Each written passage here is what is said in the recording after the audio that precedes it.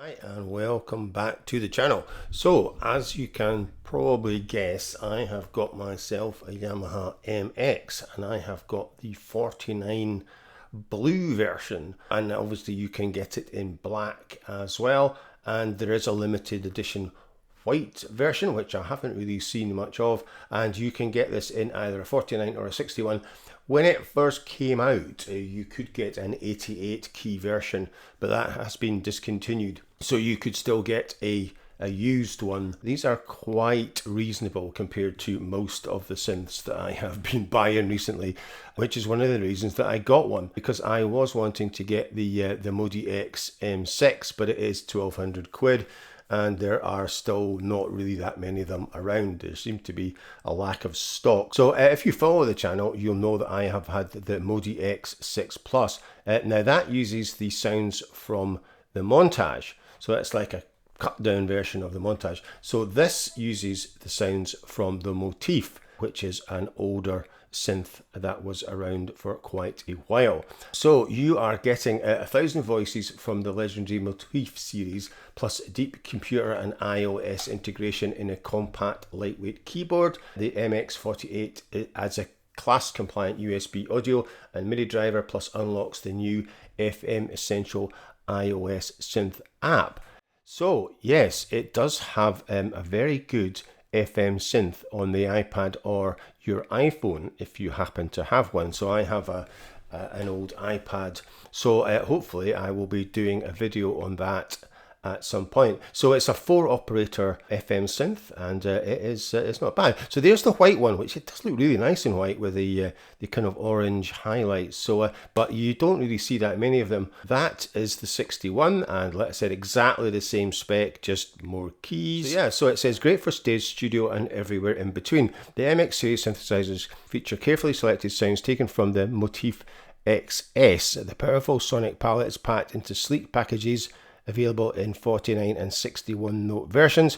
But the MX series aren't just synths, they are designed to bridge the gap between hardware and software by adding extensive audio and MIDI USB connectivity. So it has advanced DAW and VST controller features and a suite of powerful music production software. The MX integrate hardware reliability with controller flexibility to give you the best of both worlds. Yeah, so the MX series contains more than 1,000 voices derived from the world famous Yamaha Motif XS. Now, if you don't know what an XS looks like, and as you can see, it's a bit of a beast. So this is more of a workstation, obviously, than a synth. So it has the kind of touchscreen, lots of faders, knobs, and they don't make that anymore, but you could pick one up. It came out about 2007, I think it was. So yeah, so that's what a Motif XS looks like. So you're getting a lot of the sounds from this. Realistic acoustic sounds like piano, electric piano, strings and drums to complement 8-element synth sounds. The MX has all your favorite Motif XS voices right at your fingertips. The MX even has a streamlined interface for instant hands-on selection of those great voices.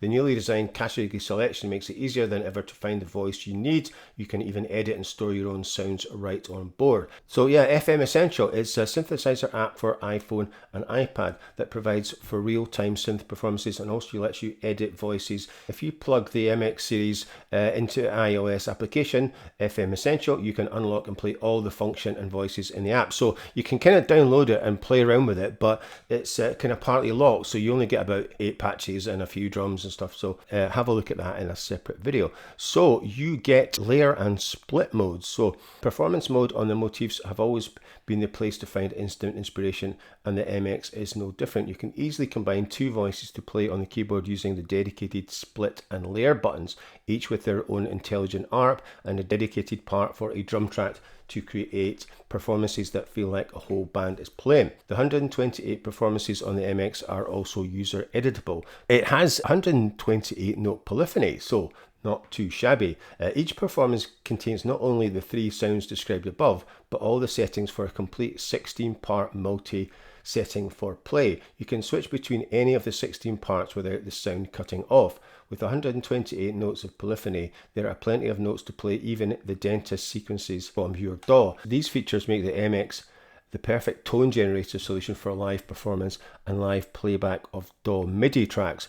There are 16 parts, but generally you can see 2 parts on the screen at any time. Yeah, so it's not quite as easy as the MIDI X to kind of get into it. It has bi-directional USB MIDI interfacing. The MX doesn't just control software DAWs and VSTs, it's an audio interface as well. Just connect a USB cable to your computer and you can monitor all the sounds from the computer via the headphone output or the MX, or listen to your DAW tracks by connecting the MX to external studio monitors or gear. The audio converters on the MX are made for professional music apps, so everything on your computer, even games, will sound even better when using the MX as an output. The MX interface is bi-directional, so you can record the internal sounds of the MX directly to your computer without ever going to an analog domain for the highest possible quality. Yeah, so instead of going through your audio interface and recording analog, you can actually record straight out the back of the MX in digital, which is obviously going to be a bit higher quality. Hands-on controls for VSTs and DAWs. The MX also features solid knobs and durable buttons for controlling internal sounds, DAW parameters and VST instruments.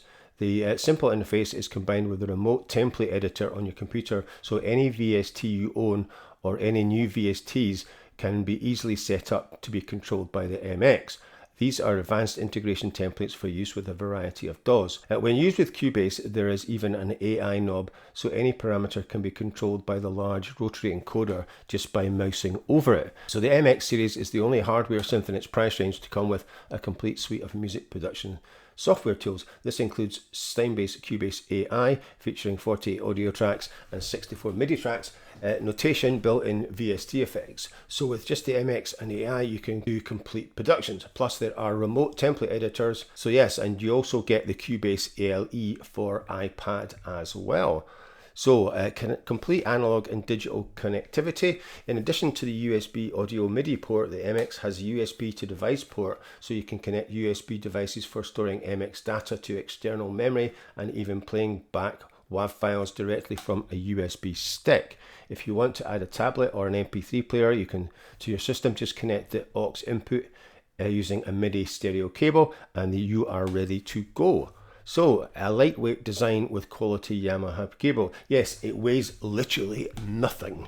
It's about the same weight as a kind of MIDI controller. While almost all other keyboard controllers use inexpensive OEM keyboards, the MX features an expertly crafted keyboard that only Yamaha, the world's largest keyboard manufacturer, could produce. Weighing only 3.8 kilograms or 4.8 kilograms for the MX61. Each synth can be carried easily with one hand. VCM effects. So MX synths come equipped with VCM effects, which simulate vintage effectors at the circuit level. The sounds of the 70s are brought back to life through simulating the hard-to-find vintage sounds of equalizer, flanger, phaser, and wah effects introduced by the keyboard legends of the era. And it is intelligent class compliant, and as I said, it is USB class compliant, and it works with a variety of iOS apps such as the FM Essential Cubase LE. So that is pretty much it. And there's the kind of app there. They don't really give you a decent photograph of the iPad app, but that's the iPhone one there. And then that's the specs. So you can see it's the AWM2 tone generator. So basically the same as the MIDI X. But the MIDI X has also the FM generator, and the new MIDI X-M has the analog tone generator as well from the Montage, but it has fewer voices. So reverb, so you get 9 types of reverb, 17 types of chorus, insertion effects of 48 types, 260 presets, master EQ has 5 bands, you get 27 demo songs, 207 patterns, and basically 1,000 types of arpeggio. And you do get a power supply with it. It's not USB powered. And there's loads and loads of support there.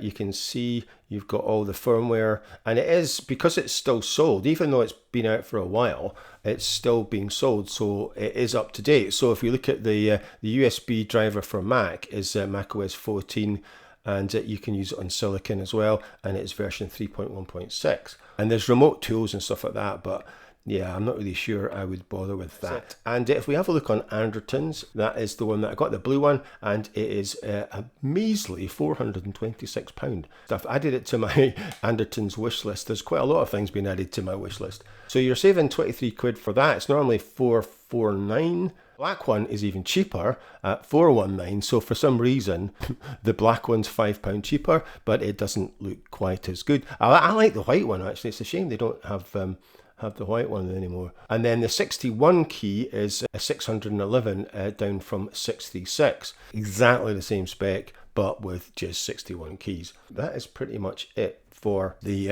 intro to the MX49. Let's get it hooked up and just hear what the damn thing sounds like.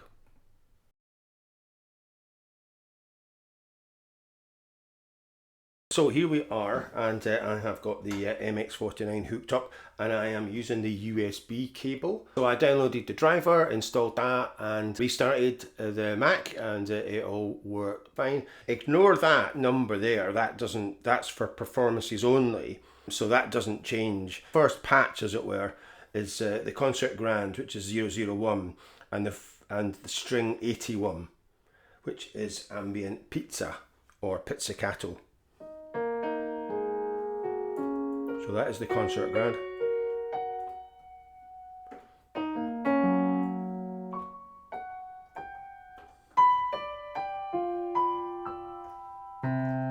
And you've got octave switch there.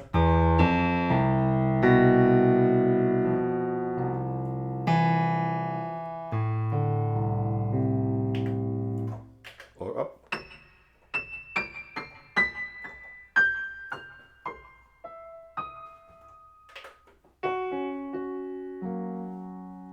We'll kind of do a quick overview. This is not really going to be a sound demo. It's going to be because that intro was quite long. So it's going to be like a quick overview, and then I'm going to go through all the categories in a separate video, and then do the performances, and then do the iPad, and then do the layers and splits, and yeah, everything. There's quite a lot to it. To be honest, it is freaking easy to understand. It is like, because nowadays, and I'm talking about you, Roland, some of the synths I've had, like the XM, was just an absolute nightmare. I spent more time trying to work out, you know, how to kind of use it than I did actually freaking playing it. So this is really straightforward. You've got your pitching mod, which won't really do anything on a piano, your master volume, and then you've got 4 knobs. And that's pretty much what you're going to use most of the time, apart from those 16 buttons, which are the category buttons. You kind of use these quite a lot for moving between layer A and B, or 1 and 2, whatever you want to call it. Depending on where you are, you've got 3 layers to this thing. So layer 1, as it is there, and you can just press between them there. So this is the knob function button. So 1 is cut-off, res, chorus, and reverb. 2 is attack, decay, sustain, release, and it comes up on there and it says 0000 for attack, sustain, release. And then 3 is your volume, your pan, and assign 1 and assign 2. So the volume's at 127, the pan's on C, and the assigns are at 0. And then that's it, and you go back, and then you've got cut off, res, chorus, and a reverb. And they are, so the reverb's at 23. So if I wanted to just adjust that, I can just adjust and put on the chorus there, but it's, and then it's, so it goes up to like 64 chorus. So that's no chorus. That's 38. And we could take the reverb down a wee bit. And then you've got res. So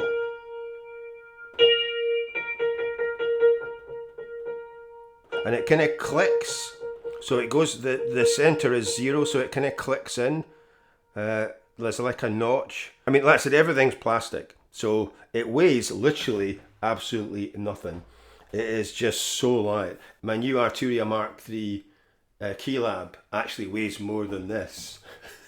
So because that's got some wood on it. So that's the kind of main part that you use, and then these are just your transpose, octaves, and stop play. So every preset, or voice as they call it, has a rhythm. That rhythm pattern stays on all the time. And if you want to change it, you either double click it or you press shift. So it kind of defaults to electronic 132 ambient.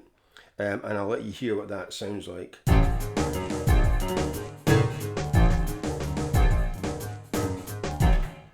Not brilliant. Like I said, you can just go in and change that. So you just exit there. So that is your performance. So if you hit that, it'll go into performance mode. There's 128 performances, and they are using kind of like loads and loads of the parts. So there's 16 parts in total, but most of the time you're working in 2 parts because that's how the screen's set up. They had all this space, right? Why not make the freaking screen that size? I mean, another 2 lines wouldn't really have made a huge difference to the price. Because like I said, you could have easily had 4 or 5 lines and some more information on there, like the volumes and whatever it might be. Or even some of these, instead of switching, you could have had that, the cutoff and the res, even just those ones on it or something. So that's your main rotary dial. So I'm in part 1. So you switch between the parts there. So this is part 1. That's in concert grand, and then mellow grand, and then you just keep scrolling through, and it's very, very fast. There's no kind of load-in time. It's a ballad key. It does come with a manual. Before I forget, it does come with a manual, and that is like the whole thing is in English. So it does go through it, but to be honest, you don't really need it. But what I did print out, which is a bit more useful, is the voice list. So this is the voice list for each of the 16 categories. Because you don't really have a clue as to what's going on. So this is really useful. There's like 9 pages of it, as you can see. So you can just go to the category, and then you'll see, like for instance, the AP is split up into layer, modern, and vintage. And then it goes into keyboard, which is EP, and then you go FM, and then clave, and then synth. So they've split it up, so it's quite useful to have this when you're going through, because you can obviously save a lot of time by just going to whatever you want. And for instance, the pads, so there's 89 pads, and they are split into things like analog, warm, bright, choir, and ARP. Like, so for instance, SFX is movement, ambient, nature, sci-fi.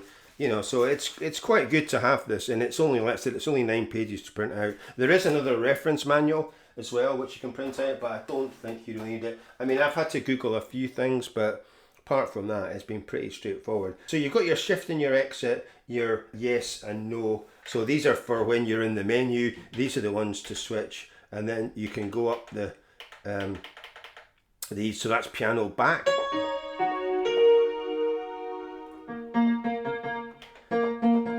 Or you can just use the scroll wheel. So we've got piano and strings.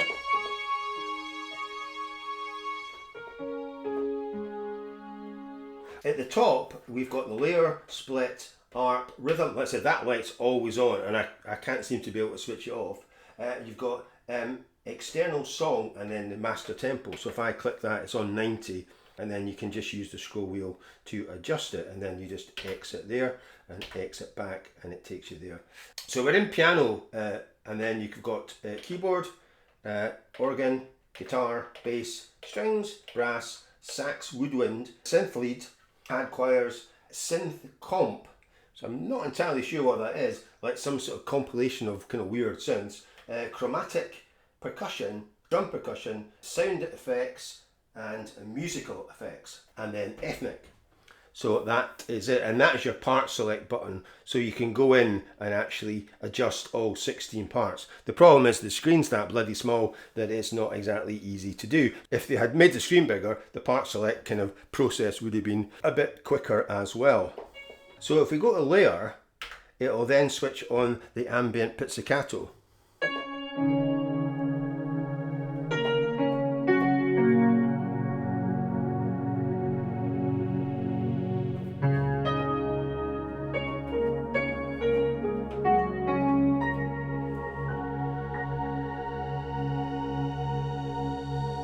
If you want to adjust the volume, so say we want to turn the grand down a bit, we just go back to 1, and then we go down to 3, and then we adjust the volume there, and it'll come up. So we're on 127. So you have to kind of turn it, and then we go down to say, so you have to turn it until it catches. So it's at 127. So you've got to turn it all the way around before you can adjust it. So we'll put it down to say 100. And again, if you wanted to adjust pizza, it's at 91, so you could always take that up a bit.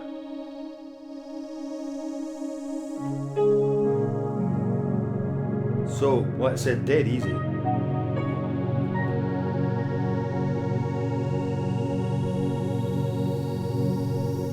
And you can see it's moved to strings. Because I've moved down, it's gone to strings. If I move back up, it goes to piano. And obviously, if you want to change that, you just press whatever. It's so a keyboard, and it'll go into Vintage 74.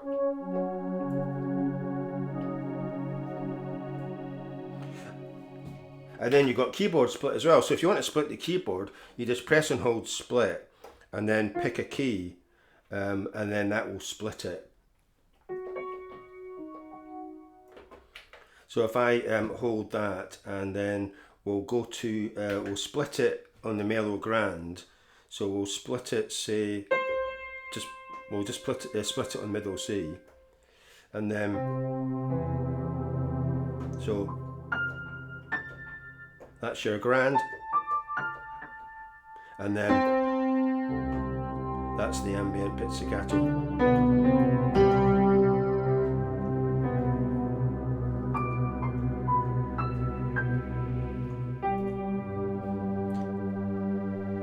There's one called Glasgow. No idea what sort of acoustic piano Glasgow is.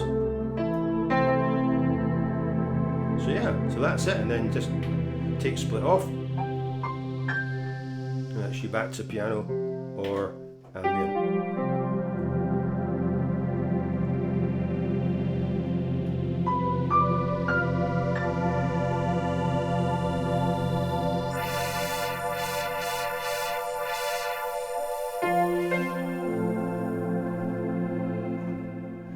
And basically that is it. It is very, very easy to do. I've never had any of the motif sounds with my other Yamaha. It was from the Montage. So, I mean, it uses the same engine. This is the AWM2 engine, but it's just a completely different range of sounds because they're basically sampled. The way that you can just kind of combine these so easily and play around and add rhythms and arps, and like I said, it's just so cheap. I mean, 420 quid for the blue one is just, it's mental. And like I said, you've got great IOs, because let's say I've got this hooked up USB. You've also got a USB connection for putting a stick in if you want to load in either songs or samples or whatever.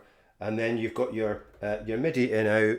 You've got your sustain foot controller, aux in, and then your main outputs right and left, and then your phones. The thing is, they've printed this. I don't know if you can see. They've printed this upside down. So normally you want that printed so you can read it from the top, but they've done it upside down. So you have to look at it from the back to read it. That's just freaking stupid. The whole point of these is that so you can plug it in without having to lift it up, so you can read it. I mean, obviously there's not that much, but yeah, it just seems a bit daft. And obviously that's your main power there. So I've not actually tried this using the Focusrite yet because I've got it working with the USB. So and like I said in the intro, that means that you're actually getting a digital sound rather than going from digital to analog and back into digital in the in your DAW. So that is it for today. Like I said, there's going to be quite a lot of videos. I'm going to go through each category and do some layering combis, and then I'm going to do one on the FM Essential for the iPad as well. So yeah, so this is the iPad, and this is FM Essentials there. So you can see it is pretty cool.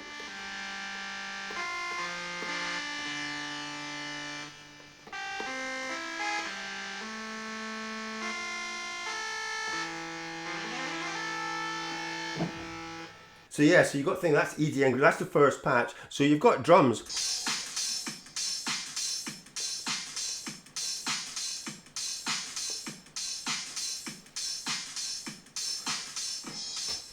So you've got 3 banks of drums. You've got electro, house and hip hop.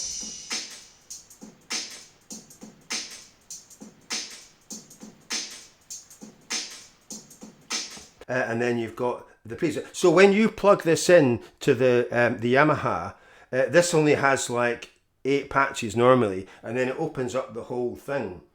So there's absolutely tons and tons and tons, hundreds. I think there's about 200, because there's a whole bunch of preset banks, and they've got 4 banks for users. So they've got combinations. They've got the DX100 selection, the TX81Z, and the V50. So yeah, so there's going to be quite a lot of videos going through this. So I don't know if you've been on YouTube trying to find videos for this. There isn't really that many great ones. So I'm hoping to add a bit more informative videos and doing some different stuff with it, because when I was looking around for this, I could hardly find any decent videos. The Soundroom guy's done a few on FM Essential on doing some kind of presets, but nobody's really kind of gone in and played around with setting up new presets and stuff. So anyway, hopefully this is going to be quite informative over the series of videos. So thanks for watching, and as usual, if you have enjoyed these videos, please remember to like, subscribe, share and comment, and I will see you in the next one.